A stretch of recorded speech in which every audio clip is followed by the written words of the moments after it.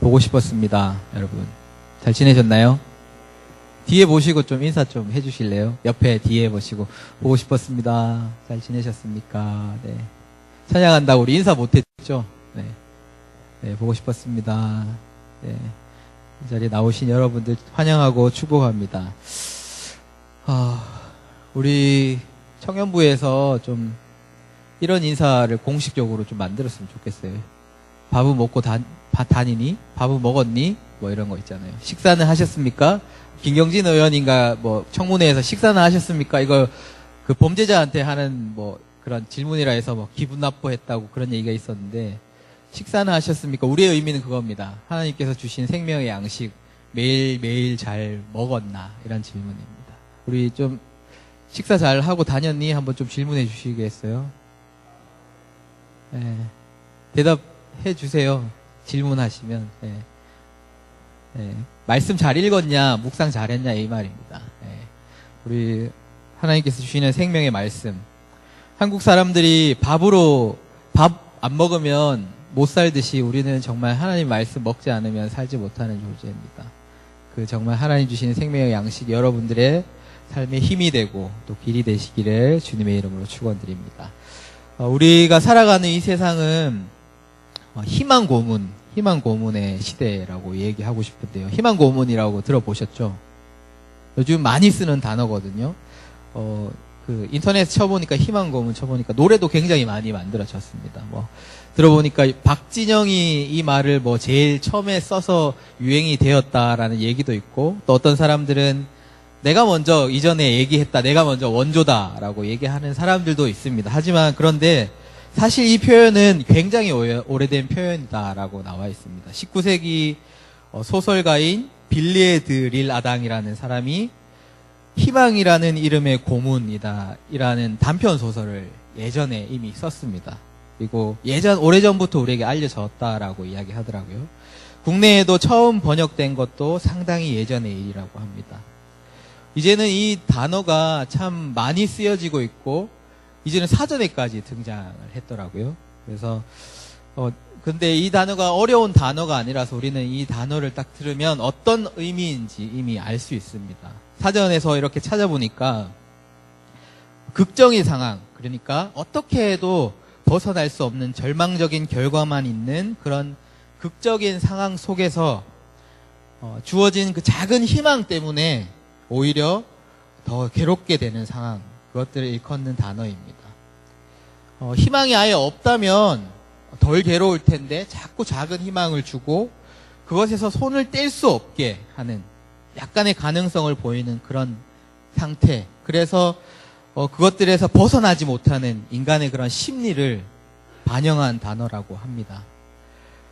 이 단어가 요즘 많이 참 쓰이고 있습니다. 그죠? 그래서 우리가 이 단어에 대해서 더욱 공감을 하는 것은 우리가 살아가는 이 시대가 희망 고문을 하는 시대와 같다라는 생각이 듭니다. 사실 희망이 아닌데 허상인 이름만 희망이라고 하는 그 허상을 우리에게 보여주면서 계속 그것을 따라가게 하고 우리가 그것을 놓지 못하게 하고 우리를 고문하고 있기 때문입니다. 엄밀히 얘기하면 우리가 살아가는 지금 이 모든 시대가 희망 고문 같다라는 생각이 듭니다. 하지만 우리가 잘 알듯이 그 세상이 보여주는 그 희망은 사실 희망이 아니라 허상에 불과합니다. 신기루와 같은 그런 것, 세상이 보여주는 그런 그 희망 때문에, 그 허상 때문에 우리는 모든 시선을 빼앗겨서 결국은 우리는 그것을 쫓아가고 결국은 우리는 고문만 당하는 삶의 모습이다라는 겁니다. 오늘 왜 이 이야기를 하면 희망 고문과 같은 곳이 오늘 성경에 나옵니다. 바로 오늘 성경에서 같이 읽은 베데스다라는 곳입니다. 오늘 이제 매일 성경 본문에도 나오는 지명인데요.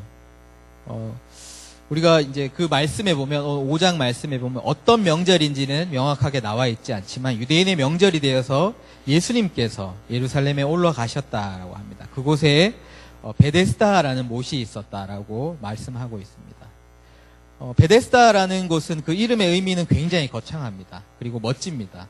그 이름의 뜻은 자비의 집이라는 의미를 가지고 있는데, 하지만 이름은 굉장히 멋있지만 자비의 집이지만 그 안을 자세히 들여다보면 그 안이 정말 얼마나 이상하고 얼마나 아이러니한 일들이 벌어지고 있는지를 우리는 금세 알 수 있습니다. 우리가 오늘 이 말씀에서 자세히 조금 그 베데스다의 그곳에서 이뤄지는 아이러니한 일들, 허상들을 우리가 한번 살펴보았으면 좋겠습니다. 여러분, 오늘 말씀을 우리가 자세히 보셨다면 조금 이상한 한 가지를 발견해야 합니다. 이상한 한 가지가 아니더라도 우리가 이제는 성경을 볼 때 조금은 이제 제가 한 가지 팁을 드리면 이제 우리가 큐티를 할 때 이 성경을 조금 낯설게 보는 훈련들을 여러분 하셔야 됩니다. 이제 5절에서 1절부터 9절까지 읽었는데 그 중에서 여러분 낯설게 읽었다는 것은 우리가 이 말씀은 너무 잘 알지만 정말 처음 읽는 것처럼 하나하나 우리가 살펴본다는 이야기입니다.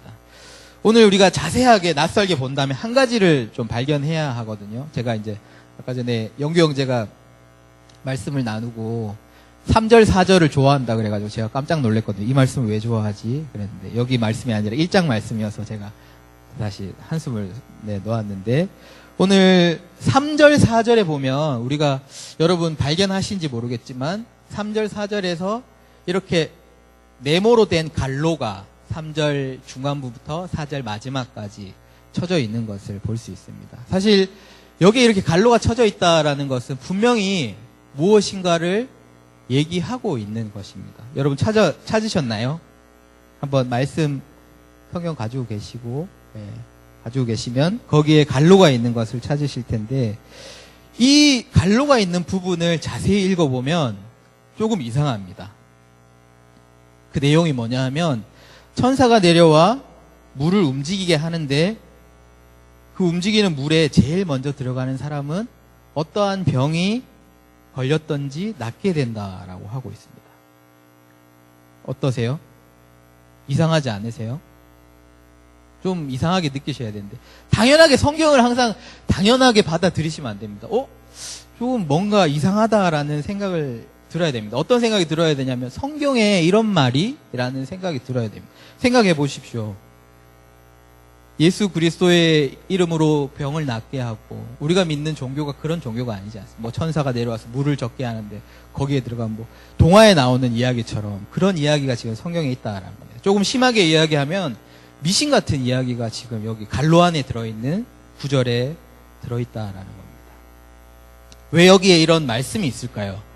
여기 이제 성경을 낯설게 보려면 여기에 있는 숫자, 갈로까지 우리가 정확하게 봐야 되는데 그 말씀에 보면 여러분들 성경을 보시면 이제 번호를 해서 각주를 달아놓은 것을 볼 수 있습니다. 그리고 그 각주가 있으면 이제 제일 밑에 각주에 뭐라고 쓰여 있는지 우리가 자세히 봐야 되겠죠. 혹시 찾으셨나요? 보면 이런 각주가 있습니다. 어떤 사본에는 이 갈로 안에 내용 구절이 없고 3절에 누웠으니로 되어 있음이라고 나와 있습니다. 어떤 사본에는 이 말이 없다라는 겁니다. 그러니까 어떤 사본이 아니라 굉장히 권위 있는 성경의 이제 사본에 많은 곳에서 이 구절을 생략하고 있습니다. 우리가 잘 보는 여러분들이 잘 보시는 NIV 영어의 NIV 버전에도 이 성경 구절을 보시면 이 구절이 생략되어 있습니다. 한번 찾아보세요. 그런지 안 그런지. 네. 그러면 왜 이 요한복음의 저자는 이 말씀을 이 갈로에 넣어서 여기에 이렇게 설명을 하고 있을까요? 아마 거기에 베데스다에 왜 그렇게 많은 병자들이 모였는지를 설명해 주기 위해서 친절하게 넣어놓은 것 같습니다. 그렇다면 왜 그곳에는 베데스다에는 많은 병자들이 모여 있었을까요? 그 베데스다라는 곳은 원래 성전의 이제 양문 근처에 있어서 이제 제사를 드리러 오는 그 양들을 씻기는 곳, 제사를 드리는 곳이라서 원래 사람이 많은 곳이긴 했습니다. 하지만 그곳에 병자들이 모여 있던 그런 이유는 예전에 이제 예전으로 지나서 그리스 로마 시대부터 널리 퍼져 있던 한 이야기가 있습니다.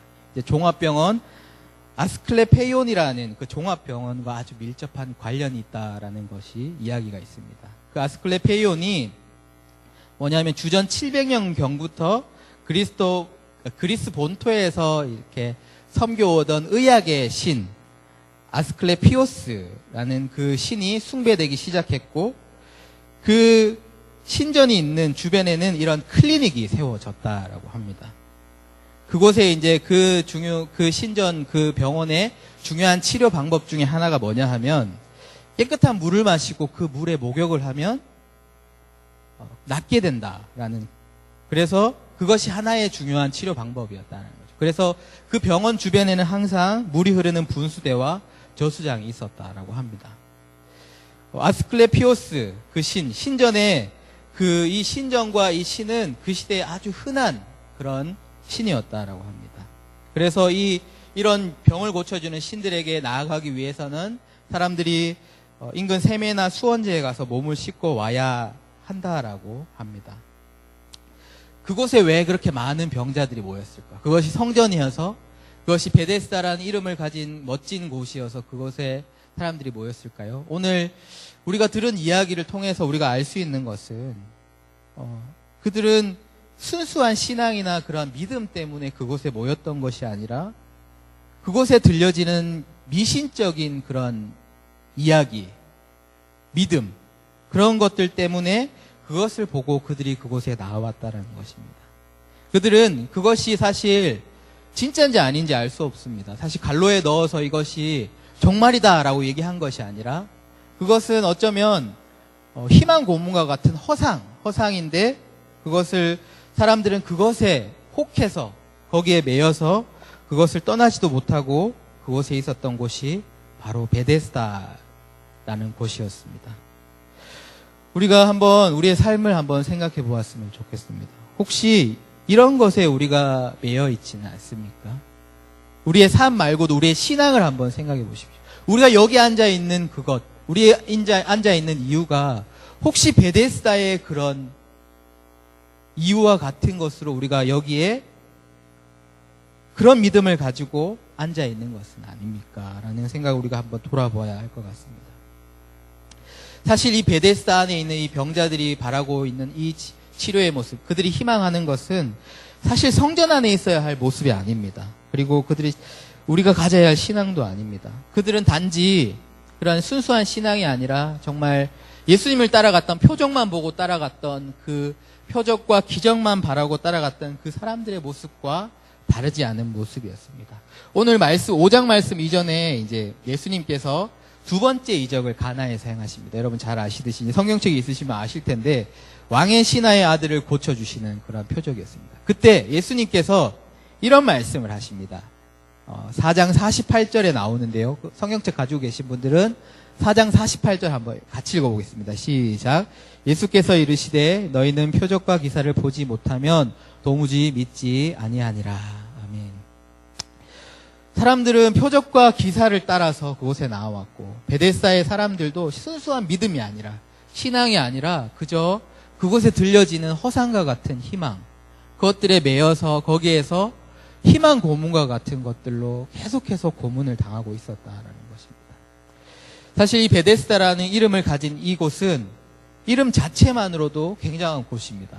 베데스다라는 뜻, 제가 조금 전에 말씀드렸는데 자비의 집이라고 했습니다. 여러분 이제 여기 교회 생활을 많이 해보신 분들이라서 베델 하면 집입니다. 집. 그리고 우리가 너무 잘 아는 베데스다, 헤세드는 자비라는 말이죠.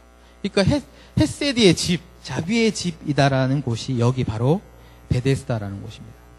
그곳의 이름은 자비의 집. 그런데 우리가 그곳을 자세히 들여다보면 그곳은 자비의 집이 아니라 가장 무자비한 집이라는 것을 우리는 단번에 또 알 수 있다는 거죠. 왜냐하면 그곳에는 많은 병자들이 있었습니다. 3절에 보면 맹인, 다리 저는 사람, 혈기 마른 사람들이 그곳에 누워 있었는데 우리가 오늘 여기에 주인공이 38년 된 병자가 그곳에 있었다라는 겁니다. 38년이나 된 병자가 아직도 여전히 그곳에 있었다는 거죠. 자비의 집. 그런데 그 자비의 집에서 들려오는 이야기는 자비를 베푸는 곳이 아니라 가장 먼저 힘 있는 사람, 먼저 빠른 사람, 그리고 먼저 들어갈 수 있는 사람이 그곳에 들어가야 병을 고칠 수 있다라는 것 들려지던 곳이 바로 베데스다였습니다. 누구라도 그런 누구라는 것이 없고 누구를 위하는 것도 아니었습니다. 먼저 들어가는 사람들만이 병을 고친다라는 곳, 그곳이 바로 이름은 베데스다였지만 가장 무자비한 곳, 그것이 바로 베데스다였습니다.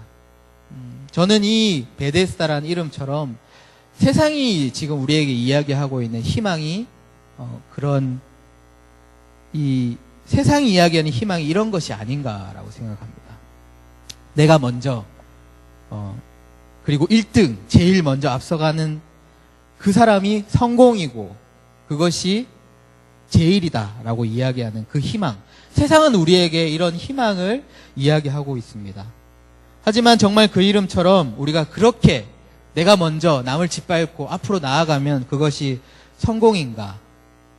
정말 그것이 성공이냐라는 것입니다.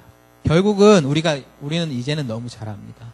그것은 허상일 뿐이고 정말 아무것도 잡히지 않는 것을 향해 달려가는 것임을 우리는 잘 알고 있습니다. 하지만 우리는 잘 알면서도 계속해서 그곳에 작은 희망을 두고 고문을 당하듯이 그곳을 향해서 달려가는 사람들이 우리입니다. 세상은 그렇다고 쳐도 이제 정말 진짜 자비의 집이 우리에겐 어디입니까? 우리에게 진짜 자비의 집은 교회가 아닙니까? 바로 우리가 여기 있는 그곳, 바로 교회가 우리가 얘기하는 자비의 집입니다. 그런데 교회도 어쩌면 그 세상과 별반 다르지 않는 모습인 것 같습니다. 사실 베데스다가 있던 그곳은 성전 주변이었습니다. 성전이라고 이야기할 수도 있는 곳이었습니다. 그런데 그곳에 어떤 일이 일어나고 있는지 한번 생각해 보십시오. 오늘 말씀에는 베데스다가 양문 곁에 있었다라고 합니다. 양문 명절에 제사를 지내러 오는 사람들이 그 제물을 드리기 위해서 가지고 오는 그 양들, 그 제물들이 양들이 지나는 분들이 양이었는데 그 유대인의 명절이 되면 사람들이 성전을 찾았고 그 문을 통해서 갔고 또 그 가지고 오는 양들을 하나님 앞에 드리기 위해서 깨끗하게 씻기기 위해서 이 베데스다에서 정결케 하는 의식들을 많이 치렀던 곳이 바로 베데스다였습니다. 유대인의 명절이니 베데스다를 한번 생각해 보십시오. 지금 우리가 보기에는 그냥 병든 자들만 그곳에 있었지만 우리가 한 상상 속으로 생각해 보십시오. 유대인의 명절이 그 베데스다의 모습은 축제의 분위기입니다. 사람들이 하나님께 드릴 제물을 가지고 그 양문을 지나서 베데스다에 와서 하나님께 드릴 제사를 위해서 그곳에서 이렇게 예배를 준비하는 것입니다. 그런데 그곳에는 정말 우리가 얘기하는 거룩한 예배, 거룩한 제사와 경배가 있는 곳이지만 하지만 우리가 보는 오늘 베데스다의 또 다른 모습은 그곳에서는 여전히 맹인과 다리 저는 사람과 38년 된 병자들이 있는 모습이 바로 베데스다의 모습이다라는 것입니다. 성전이라는 곳, 그곳은 우리가 하나님께 예배를 드리는 거룩한 곳, 하나님께 제사를 드리는 곳이지만 그들이 자신의 죄를 용서받는 곳에는 정말 먼저였지만 그곳에 있는 정말 38년 된 병자들, 걷지 못하고 맹인된 자들에게는 관심이 없는 그곳이 바로 베데스다의 모습이었습니다. 우리가 하나님의 성전, 하나님께서 그런 예배를, 하나님께서 바라시는 예배, 제사가 그런 것이었을까요? 나만 거룩하게 되고, 나만 깨끗하게 되어, 나만 구원을 받는 그것을 위해 사용하여 되어지던 자비의 집 베데스다. 그곳이 바로 베데스다의 모습이었습니다. 혹시 우리가 쫓는 신앙, 우리가 따라가는 믿음이 우리의 예배가 그 베데스다가 있었던 그 성전과 같은 모습은 아닙니까? 혹시 우리가 그런 모습으로 하나님 앞에 예배를 드리고 우리의 믿음을 고백한다라면 우리는 이것이 진짜 믿음인가? 그리고 하나님께서 진짜 받으시는 예배인가라는 것을 한번 고민해 보아야 합니다. 지금 교회가 이렇습니다. 사실 교회가 세상의 인정을 받을 필요는 없습니다. 그렇죠? 하나님께 인정을 받고 하나님의 인정을 받으면 되는 곳이지만 하지만 지금 왜 이렇게 교회가 세상으로부터 인정받지 못하고 욕을 받는 것인가? 그것은 어쩌면 이 베데스다의 모습처럼 하나님이 보시는 눈이나 세상이 보는 눈이나 별반 다르게 보시지 않을 것 같다라는 생각이 듭니다. 우리의 믿음은, 우리의 신앙은, 우리의 예배는 세상과 다른 것이다 라고 얘기하지만 결국 이 베데스다에 보였던 그런 예배와 제사는 그 믿음은 어쩌면 온전한 믿음이 아니라 나의 구원만, 나의 인생만 생각하는 그런 허상을 따르는 그런 믿음일 수 있다라는 것입니다. 소외되고 어려운 이들을 돌보지 않는 교회. 그것은 베데스다의 이름처럼 이름뿐인 교회라는 이름을 가진 교회다라는 생각이 듭니다. 왜 이것이 오늘 말씀드리는 베데스다가 희망 고문, 우리가 살아가는 그 모든 삶이 희망 고문입니까? 왜냐하면 우리가 쫓아가는 그 희망이 우리가 얘기하듯이 그 이름과 달리 허상이기 때문입니다. 우리가 진짜를 따라갔다면 그곳에는 정말 참 만족감과 참 기쁨이 있을 것입니다. 하지만 우리가 따라가는 그 세상이 이야기하고 우리의 그 소망은 사실은 허상일 뿐이고 그 허상을 따라가는 그곳에는 고문밖에 남지 않았던 것 같습니다. 제가 얘기 드렸듯이 믿음은 바라는 것들의 실상입니다. 믿음은 보는 것입니다. 무엇을 보느냐? 허상을 보는 것이 아니라 실상, 정말 진짜를 보는 것이 믿음입니다. 우리는 희망 고문이 되지 않기 위해서는 그 희망, 가짜 희망이 아니라 정말 희망인 소망을 따라서 그 희망을 따라가야 합니다. 그렇다면 진짜가 무엇이냐라는 것이죠. 베데스다와 같이 이름만 거창하고 사람들에게 그런 들려지는 그런 허상이 아니라 우리들이 붙잡아야 할 희망이 무엇인지 오늘 말씀에서는 정확하게 우리에게 말씀하고 있습니다. 바라는 것들의 실상, 우리가 붙잡아야 할 진짜는 무엇입니까? 그것은 바로 예수 그리스도이십니다. 믿으십니까? 네. 오늘 예수님이 그곳에 찾아오셨습니다. 사실 오늘 이야기는 굉장히 간단하고 명료하고 정확하게 예수님이 베데스다에 찾아오셨다라는 얘기, 그리고 그 병자를 고치셨다라는 얘기로 굉장히 간단한 이야기입니다. 오늘 베데스다, 허상뿐인 그 베데스다에 예수님께서 찾아오셨습니다. 그것을 놓지 못하고 그것을 따라가고 있는, 그래서 고문당하고 있는 그들에게 예수님이 그대로 누워있는 그들에게 찾아오셨다라는 겁니다. 그것이 바로 우리가 얘기하는 복음입니다. 예수님께서 우리 가운데 오셨다. 그렇게 누워서 헛된 것들만 바라고 있는 우리에게 찾아오신 그 예수님, 그것이 우리가 이야기하는 복음입니다. 오늘 요한복음은, 우리가 묵상하고 있는 요한복음은 그것을 정확하게 이야기하고 있습니다. 말씀이 육신이 되어 오신, 우리 가운데 오신 그분, 어둠 가운데 있는 우리에게 빛으로 오신 그분이 바로 예수 그리스도시고, 우리가 붙잡아야 할 소망, 진짜 소망, 실상이 바로 예수 그리스도다라는 것을 우리에게 말씀하고 있습니다. 오늘 이 38년 된 병자가 여기에 나옵니다. 우리의 모습, 사실 저의 모습, 우리의 모습이 저는 이 38년 된 병자의 모습과 같지 않은가라는 생각을 해보게 됩니다. 거기에 있는 많은 병자들이 베데스다의 물이 움직이는 것을 집중해서 보았지만, 사실 그곳에 오신 복음, 예수 그리스도를 그들 앞에 찾아왔지만 보지 못했습니다. 왜냐하면 그들은 계속해서 허상을 바라보고 있었기 때문입니다. 그리고 예수님은 내 앞에 오셔서 질문까지 하십니다. 내가 낫고자 하느냐? 네가 바라보는 그것을 보지 말고 나의 질문, 내가 낫고자 하느냐라는 질문을 우리에게 던지십니다. 그런데 이것이 왜 우리의 모습과 같냐라는 생각이 드냐 하면, 그 질문에 오늘 이 병자가 대답하는 대답을 한번 보십시오. 한번 같이 볼까요? 7절 말씀 우리 7절 말씀 함께 읽어보겠습니다. 시작. 병자가 대답하되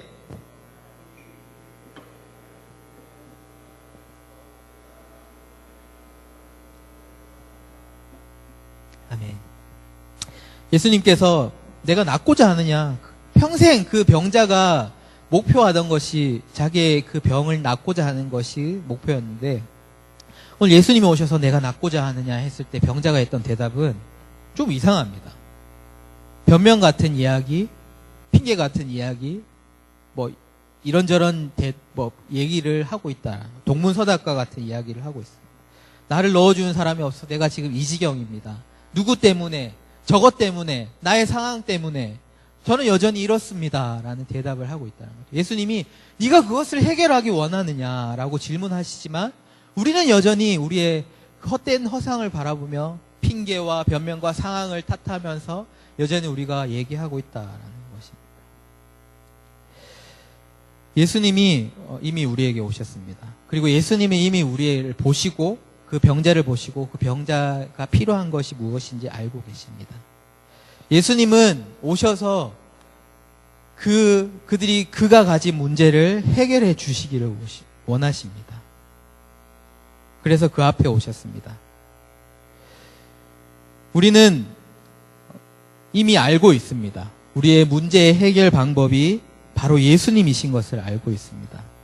오늘 본문을 보면 결론은 조금 허무하게 끝나는 것을 우리는 볼 수 있습니다. 예수님이 오셔서 물으시고 병자는 이렇게 핑계를 대고 다른 동료는 서답을 하지만 예수님은 그래도 꿋꿋이 내 자리를 들고 걸어가라 라고 말씀하십니다.